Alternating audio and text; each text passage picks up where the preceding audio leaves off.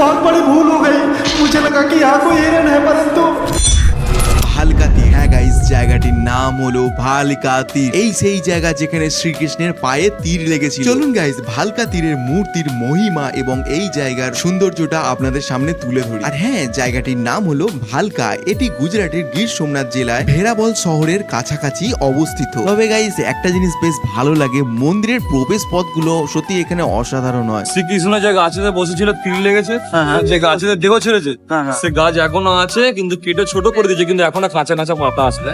আরে বাস, হ্যাঁ তো। হ্যাঁ গাইস, আমরা কিছুক্ষণের জন্য দেখে অবাক হয়ে গেছিলাম যে এত বছর ধরে কোনো পুরোনো গাছ এখনো পর্যন্ত জীবিত আছে। অ্যাপ্রক্স শ্রীকৃষ্ণের মৃত্যু হয়েছে 5000 বছর আগে। তখনের সময়ের পুরানো গাছ এখনো পর্যন্ত জীবিত আছে। শুধু তাই না, গাছের পাতাগুলি দেখুন এখনো পর্যন্ত সতেজ আছে। আর এই হলো আমাদের ভগবান শ্রীকৃষ্ণের মূর্তি। শ্রীকৃষ্ণের এমন একটি মূর্তি যেটি হেলাম দিয়ে থাকা অবস্থায় পুজো করা হয়। আর পায়ের কাছে বসে আছেন আদিবাসী জড়া, যিনি ভুলবশত পায়ে আঘাত করে বৈকুণ্ঠ ধাম গমন করতে সাহায্য করেছেন। আর সেই ভুলের ক্ষমা প্রার্থী হয়ে পায়ের কাছে হাত জড়ো করে বসে আছেন। কমেন্ট করে জানান শ্রীকৃষ্ণের এত সুন্দর মূর্তি আপনাদের কেমন লাগলো। তবে গাইস, ভগবানের গর্ভগৃহের সামনে মোটামুটি এই রকম প্রকারের ভিড় ছিল। আশেপাশে দেখলেই দেখতে পাবেন ভগবানের দর্শনের প্রতি একটি আশা আর মনের গভীর শ্রদ্ধা স্পষ্টভাবে ফুটে উঠেছে। আর এই হলো মন্দির থেকে বেরিয়ে এত সুন্দর একটি ভিউ। কেমন লাগছে এই মন্দিরের এত সুন্দর সৌন্দর্য? তবে গাইস, এখানে একটি দারুণ জিনিস দেখতে পেলাম। একবার যে আমি 3টে বাদাম ছাড়িয়ে এখানটা রেখে এটা কি দিয়েছি। পরিক্রমা করা বলে, তাই তো? এটা পরিক্রমা করা হলো এতে- স্বয়ং ভগবানকে বাদাম দিয়ে। মানে এটা তোর গিনতিও হয়ে গেল যে তুই কতবার বললি, আর সেই হিসাবে একটা কাজও হয়ে গেল বাদাম ছাড়া। মনে করা হয় এর মাধ্যমে জীবনের বাধা ও জটিলতা দূর করা হয় এবং মানুষ তার ভিতরের অহংকারকে বিসর্জন দিয়ে শুদ্ধ হতে পারে। সাথে পরিক্রমা করতে করতে মনের মধ্যে একটাই মন্ত্র, কৃষ্ণায় বাসুদেবায় হরি পরমাত্মনে